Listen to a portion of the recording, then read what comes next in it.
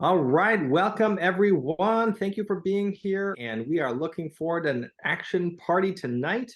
Formally welcome all of you to this week's CCL's training program, a weekly webinar of Citizens Climate Lobbies that provides CCL supporters like you and I with access to in-depth training opportunities on topics related to climate change and effective climate advocacy. I'm your host, Brett Cease, and tonight we would love to formally welcome you to our Climate Action Party, especially focused on clean energy permitting reform basics. Let's talk a little bit more with our research team about the basics behind why one of our central planks is clean energy permitting reform, some of the updates that's been going on with the status in Congress, and then we'll take action together by using our monthly climate action program tool. With that, though, let's just jump right in. I'd love to share our 3 learning goals tonight if we've done our job well. We're hoping that you understand after the end of our time together what clean energy permitting reform means and why it is so important to the climate fight. You're going to have the chance to ask both Dana and myself any clarifying questions about this policy or contacting your member of Congress one-on-one in our breakout rooms. And then you're going to have the chance, since this is an action work party, to actually call your representatives and senators to urge them to keep working for strong, ambitious, bipartisan clean energy permitting reform. So to get us through these first 10 minutes, I'd love to introduce my esteemed friend and speaker tonight, Dana Nuccitelli. Dana is CCL's research coordinator for Citizens Climate Lobby. He's also an environmental scientist with degrees in astrophysics and physics from UC Berkeley and UC Davis. He's also an award-winning climate journalist who writes for not only skepticalscience.com, one of my favorite outlets, but The Guardian and Yale Climate Connections. Dale won the prestigious Sustainability, Environmental Achievement, and Leadership in Journalism Award, or SEAL, last year, one of the august body, a very small set, and also the 2016 NCSE Friend of the Planet Award. He's also the author of 10 peer-reviewed climate science papers, and so we're in great hands tonight. And with that, we'll thank you all for being here. And again, we'll take action in about 10 minutes, but Dana's going to give us a quick little brief update and a review of why clean energy permitting reform is so important first. Dana, the floor is yours. Okay, thanks, Brett. So let's talk about why we have to do this clean energy permitting reform. So we need to build our clean energy economy, transition away from relying on fossil fuels to building some clean infrastructure. And permitting reform makes that possible by unlocking that infrastructure that's waiting to be built and by getting that clean energy to American households and businesses. So this is particularly important now because last year we passed the Inflation Reduction Act, which had a bunch of great clean energy incentives. But if we can't get stuff built and deployed quickly enough, then we're going to potentially squander a lot of those potential emissions cuts. There's this study by Princeton Repeat Energy Modelers that said if we don't build out our clean energy infrastructure faster, we're only going to achieve about 20% of the potential carbon pollution reductions from the Inflation Reduction Act. So this is clean energy permitting reform is really important for capitalizing on these great climate policies that we passed in the Inflation Reduction Act last year. So let's talk about what permitting is and why we got to do reforms. So a permit is just an official authorization from a government to begin a construction project. And permits are very important because we have to make sure that we're protecting communities and workers and environments from undue harm from the construction and operation of this infrastructure that we're going to be building. But at the same time and it takes money to obtain permits. And so we have to strike the right balance where we're doing thorough permitting process to make sure we're protecting communities and workers' environments, but not taking so long that we're delaying this transition to a clean energy economy too much. So we got to get the right balance there. And then there are different levels and types of permits. When you have a big energy project, especially if it's on federal land, then you usually need federal permits and state permits and local permits. Federal permits, which is what we focus on because that's what Congress has control over. Those control impacts of national importance like air quality, water quality, protecting wildlife, and protecting water resources. State permits generally do the same thing, but just focusing on the state level. And local permits are more locally focused, dealing with issues like the zoning and the land use of the property that's being proposed to be built on. So, the problem that we're trying to tackle is that permitting right now is a really slow process in the United States. One big issue is that the permitting of electric transmission lines in particular is super slow. Right now, we're only expanding our electric transmission infrastructure at a rate of 1% per year, which is just too slow. We have to speed that up in order to get this clean infrastructure built. One reason is that in order to get to net zero emissions by 2050, which is one of our Paris commitments, one of the targets we're trying to achieve, to do that, we have to have about 3 times more electrical transmission capacity in 2030 than we do today. So we got about a lot more of these big electrical transmission lines. But right now, they generally take 5 to 15 years, on average, about a decade to complete. Also, we're trying to reduce our emissions by 2030, which is only 7 years away. And so if it takes a decade to build a transmission line, then you've got a problem there. We really have to figure out some ways to speed up this process. So the good news, I mentioned the Inflation Reduction Act had these great clean energy tax credits. And so that is expecting to create this boom in solar and wind energy deployments. In fact, if you picture all of the solar panels and wind turbines in the United States right now, built over the past 20, 25 years, triple that. That's how much wind and solar we're expecting to build in the next 7 years if permitting doesn't get in the way. It's kind of a mind-boggling amount of clean energy that's just waiting to get deployed if we can get it built. A challenge, though, is that when you're building a big wind or solar farm, you have to do that where there is affordable and available land, which is generally out in rural areas. But where we need that electricity is in big population centers where all the people are. And so you need a transmission line to transport that clean electricity from the rural solar or wind farm to the city. And so that's why transmission lines are so important and why we got to get them built so we can actually get these solar and wind farms built. So there have been concerns expressed by various groups about permitting reform in general. CCL does acknowledge and agree that permitting reform should be done in a way that empowers communities to weigh in on what projects happen in their area, which we'll talk a little bit more about in the next slide.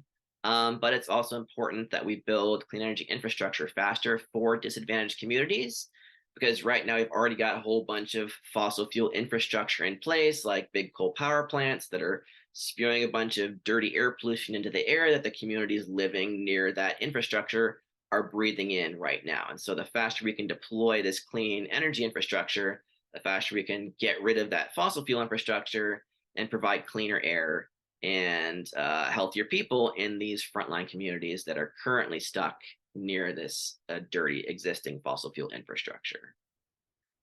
But one important thing that we're trying to address in permitting reform is ensuring that we still have good early community involvement in the permitting process, ensuring that frontline communities are able to make their voices heard in the permitting process of projects that could directly impact them, while also reducing the risk of later lawsuits brought by groups whose input was excluded from the process. And so it's kind of a win-win if you can get communities involved in the permitting process early, because then they're making sure that their voices are heard, because they're the ones being directly impacted by the project. But also, one thing that can tend to really slow down these big projects is lawsuits that are going to take years and years to resolve. And so if people's voices are heard up front and their concerns are addressed, then they're less likely to bring a lawsuit later on. And so then the project can proceed having taken their input into consideration, and hopefully with fewer lawsuits, and then speed the whole process up and make it more efficient by including this early community involvement. So we actually got a few permitting reforms just recently in the Fiscal Responsibility Act, also known as the debt ceiling deal, a couple months ago that Congress passed. These were really all related to NEPA, the National Environmental Policy Act, trying to help regulatory agencies operate more efficiently in the permitting process.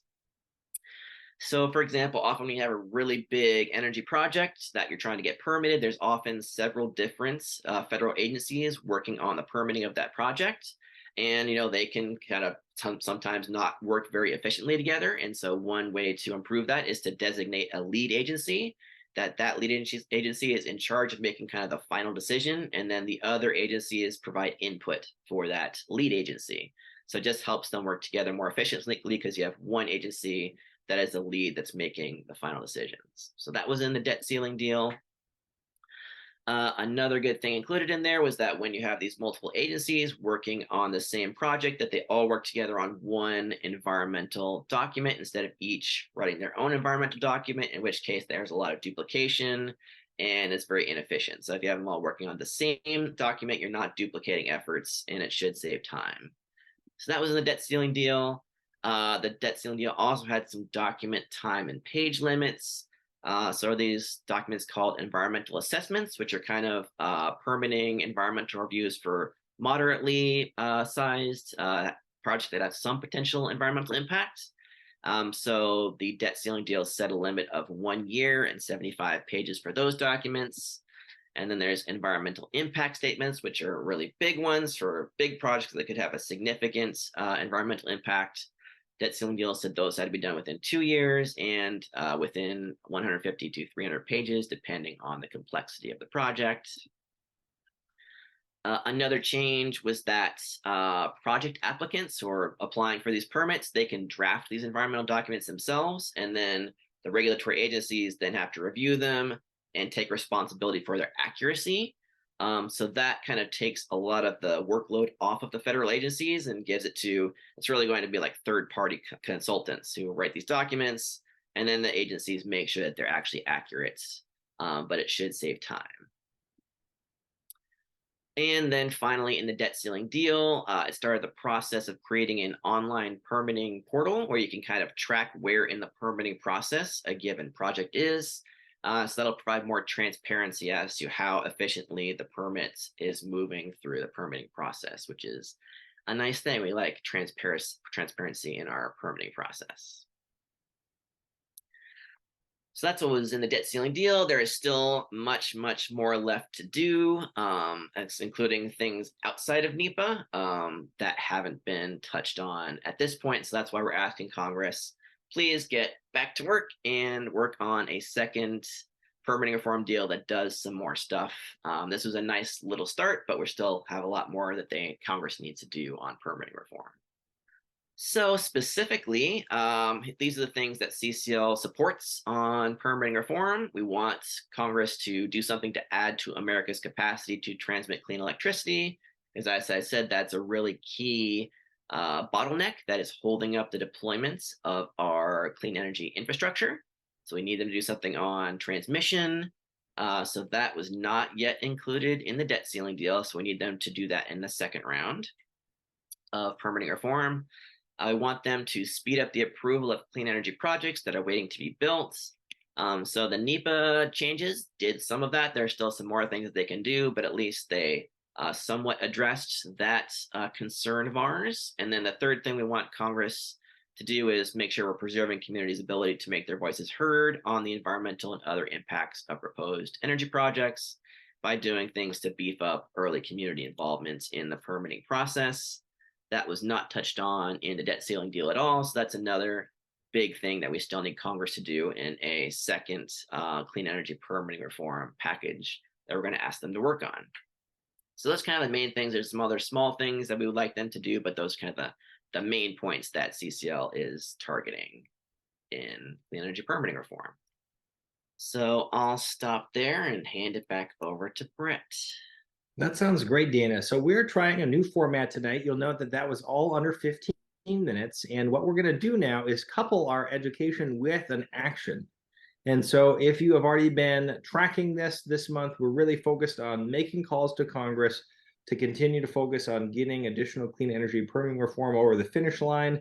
And what we'd like to do tonight is have this be an action work party, basically by opening 2 breakout rooms. Again, if you've done a lot of phone banking with other nonprofits, this might be familiar to you. If you need help with tech support, I'm happy to stay on and troubleshoot. But basically, I'm going to open up 2 breakout rooms. Breakout room number 1, you're going to see in just a little bit on your black Zoom toolbar. is going to allow you the chance to ask any questions that you have of Dana, because we went over a lot of information quickly. And if you'd like to nerd out and jump into more policy discussion, you are more than welcome to click on Breakout Room 1. And on the right-hand side, there should be a little arrow once you click on room that says join, and you can select to go in there. And from there, ask any questions. Dana's going to be on there for another 20, 25 minutes for Q&A.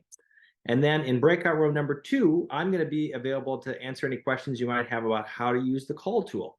If you haven't seen it yet, we have a great calling tool, but we're going to debut how to make sure to review the call tool that I put a couple times in the chat here. It's really nice and straightforward. All you have to do is go to cclusa.org/PR for permitting reform.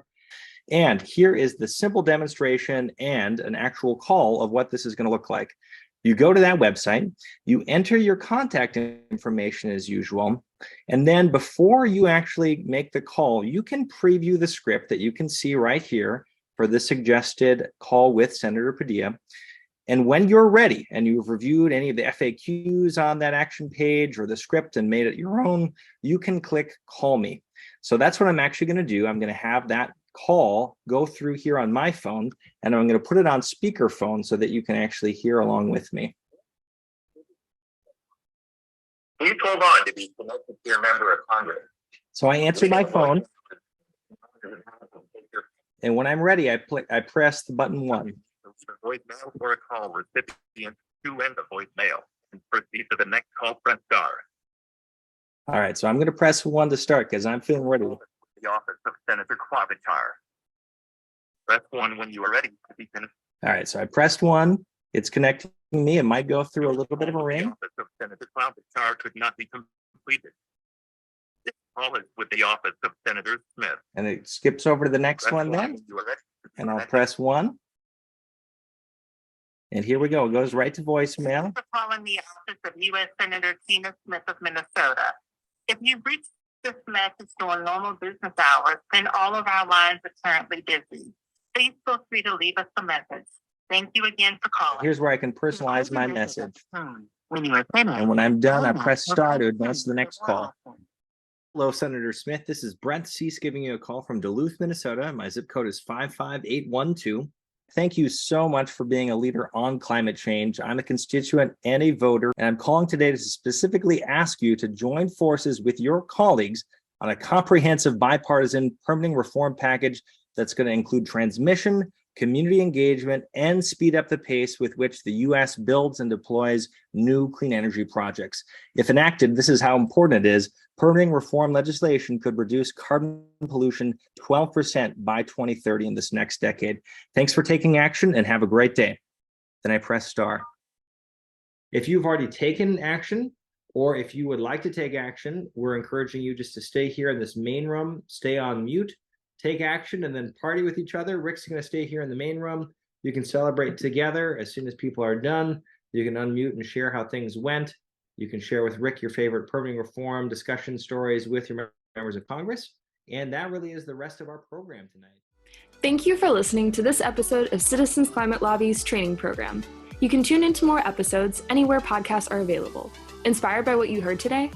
Join Citizens Climate Lobby to advocate for bipartisan climate solutions. Go to community.citizensclimate.org to find more trainings, resources, your local chapter, national action teams, discussion forums, and more. Be sure to like our Facebook page and follow us on Twitter and Instagram @CitizensClimate. We also invite all of our listeners to subscribe to our YouTube channel for more inspiration. Like what you hear? Recommend us to your friends and make sure to give us a 5-star rating. It helps us show up on other listeners' feeds. Feel free to pass on any suggestions for future episodes in the comments as well. And together, we are creating the political will for a livable world.